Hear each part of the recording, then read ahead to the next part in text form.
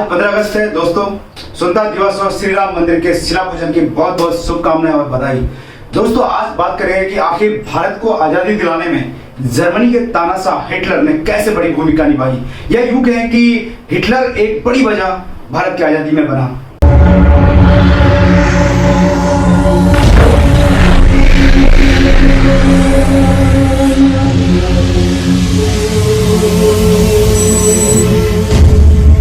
मैं हूं आपका दोस्त भास्कर द्विवेदी। जरा सबसे पहले अपने महान क्रांतिकारियों जैसे मंगल पांडे, वीरांगना लक्ष्मीबाई, भगत सिंह, चंद्रशेखर आजाद, खुदीराम बोस, बटुकेश्वर दत्त, वीर सावरकर, नाथूराम गोडसे, उधम सिंह राजगुरु जैसे क्रांतिकारियों को याद कर लेते हैं और साथ ही याद करते हैं उन लाखों क्रांतिकारियों को जिनको इतिहास के पन्नों में जगह तक नहीं मिली। वास्तव में आजादी का संरचनात्मक रूप से संघर्ष अगर किसी ने भारत में किया तो वो थे सुभाष चंद्र बोस। जी हाँ दोस्तों, ये बात इतिहासकारों ने हमसे छुपा कर रखी।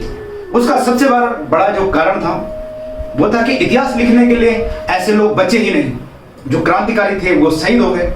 अगर जो बचा भी तो उसे भारत में 70 वर्षों से काला अध्याय लिखने वाले लोगों ने लिखने नहीं दिया, और अगर लिखा भी तो उनकी पुस्तकों को बैन कर दिया गया। दोस्तों ऐसे कई किताबें हैं, इसका मैं भविष्य में अलग से वीडियो बनाकर आपके समक्ष रखूंगा। दोस्तों पूरी दुनिया में मानवता और अपना अस्तित्व का हक पाने के लिए कई बार लड़ाइयां लड़ी गई, मगर कोई भी लड़ाई ऐसी नहीं मिलती है कि जिसमें हिंसा का सहारा न लिया गया। चाहे इंग्लैंड की क्रांति हो, रूस की क्रांति हो, अमेरिका की क्रांति हो, फ्रांस की क्रांति हो, चीन की क्रांति हो, या इटली की क्रांति हो, इटली का फांसीवाद हो, या जर्मनी का नाजीवाद हो। कुछ लोग बड़े सीना ठोक कर ये बात कहते हैं, उनका ये मानना है कि भारत की आजादी क्रांतिकारियों ने नहीं, क्रांतिकारियों ने अपने लहू से नहीं दिलवाई, बल्कि बिना खड़क बिना ढाल के दिलवाई। आप समझ गए होंगे मेरा असर किस तरफ है। दोस्तों हिंदुओं को लठ खाने के एवज में क्या मिला, आप अगर सोचिए, अनचाही आबादी, देश का विभाजन, आतंकवाद, भीतरघात, डर, लूट खसूट, आगजनी, आपसी बैर, घृणा, अवसाद। दोस्तों बात है 1939 से लेकर 1945 तक की, जिस समय द्वितीय विश्व युद्ध के नाम से भी जाना जाता है। वैसे तो जो सेकेंड वर्ल्ड वॉर है उसके आने, या जो सेकेंड वर्ल्ड वॉर जब स्टार्ट हुआ उसका जो सारा श्रेय है वो कहते हैं कि हिटलर को जाता है। हिटलर की इच्छा थी कि वो पूरे विश्व पर आर्यंस की हुकूमत करना चाहता था। उसकी अभिलाषा ने ही सेकेंड वर्ल्ड वॉर को जन्म दिया। युद्ध की आड़ में हिटलर ने जो अपराध किए उसको वो अक्षम्य है, उन्हें क्षमा नहीं किया जा सकता। उसने जो 7 लाख यहूदियों का कत्ल किया था वो एक बहुत बड़ी अमानवीयता को दर्शाता है। पर दोस्तों ये भी सच है कि अगर हिटलर ना होता और अगर सेकेंड वर्ल्ड वॉर ना हुआ होता तो शायद भारत की आजादी में कम से कम 40-50 वर्ष और लग जाते, और ज्यादा समय लग सकता था। हिटलर ने अंग्रेजों की जो अर्थव्यवस्था को हिलाकर रख दिया था, जो चकनाचूर करके रख दिया था, वो अंग्रेजों का अगर किसी ने जो सबसे बड़ा नुकसान किया था तो सिर्फ हिटलर और हमारे सुभाष चंद्र बोस जी ने किया था। आजाद हिंद फौज की 75वीं वर्षगांठ के मौके पर मोदी जी ने कहा था कि देश के बाहर बनी जो हिंद फौज थी, जो अखंड भारत की पहली सरकार थी, जिसमें करीब 85,000 सैनिक थे। आजाद हिंद फौज पर जब पहला मुकदमा चलाया गया तो शाहनवाज खान ने कहा था कि सुभाष चंद्र बोस वो पहले व्यक्ति थे जिन्होंने उनके मन में पहली बार भारतीय लोगों को पहली बार भारतीयता का एहसास करवाया था। बस सुभाष का मानना था कि जब अंग्रेज द्वितीय विश्व युद्ध में फंसे हुए हैं तो यही वो समय है कि जब स्वतंत्रता की मांग उठानी चाहिए, न कि वेट करना चाहिए, न कि इंतजार करना चाहिए। अंग्रेज खुद ब खुद स्वतंत्रता दे देंगे। उन्होंने भारतीयों को अंग्रेजों की तरफ से सेकेंड वर्ल्ड वॉर में भाग लेने से रोका था। दोस्तों इस बात के लिए उन्हें अंग्रेजों ने जेल में डाल दिया था। फिर वे वहां से निकलकर जर्मनी भाग गए थे, जहां उन्होंने अंग्रेजों के खिलाफ युद्ध करने की प्लानिंग करी, एक सुदृढ़ संरचना बनाई। राजेंद्र पटोडिया अपनी बुक में लिखते हैं कि सुभाष की जो सबसे बड़ी उपलब्धि थी वो थी अंडमान निकोबार द्वीप समूह में पहली बार भारत का झंडा लहराया था और भारत के भूभाग को अंग्रेजों से प्राप्त किया था। उनकी जो ये सरकार थी उसको जर्मनी, जापान, फिलीपींस, कोरिया, चीन, इटली, आयरलैंड जैसे करीब 9 देशों ने उनकी सरकार को मान्यता दी थी।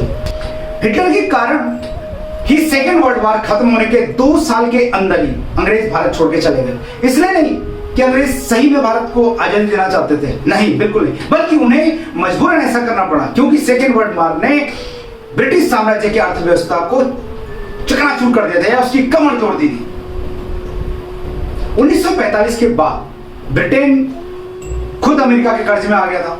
ब्रिटेन एक महाशक्ति के रूप में अपनी साख पूरी तरीके से उस वक्त खो चुका था, पर हिटलर ने पूरे ब्रिटेन और फ्रांस की कमर तोड़कर रख दी। उसने इतना बुरा मारा कि अंग्रेजों की पूरी अर्थव्यवस्था खराब हो गई। अंग्रेज ना सेना रखने के काबिल थे, ना उनके पास इतने पैसे थे कि वह दूसरे देशों में अपना शासन कायम रख सके, जिसका नतीजा यह हुआ कि अंग्रेजों ने न सिर्फ भारत को छोड़ा, बल्कि उन्होंने जॉर्डन को छोड़ा, श्रीलंका को मुक्त किया, मलेशिया को मुक्त किया और म्यांमार, इस तरह के कई राष्ट्रों को उनको छोड़ना पड़ा। सेकेंड वर्ल्ड वॉर समाप्त होते होते आजाद हिंद फौज के सैनिकों को आत्मसमर्पण करना पड़ा और फिर लाल किले में अंग्रेजों ने उन पर मुकदमा चलाया, जिसको देखकर अंग्रेजों की सेना में जो शामिल हुए थे, जो सेकेंड वर्ल्ड वॉर में जो भारतीय सैनिक शामिल हुए थे, उन्होंने विद्रोह कर दिया और इस तरह इस विद्रोह ने अंग्रेजों की ताबूत में अंतिम कील ठोक दी थी। अंग्रेज समझ गए कि अब राजनीति और कुनीति के बल पर भारत में राजनीति करना बड़ा मुश्किल हो जाएगा।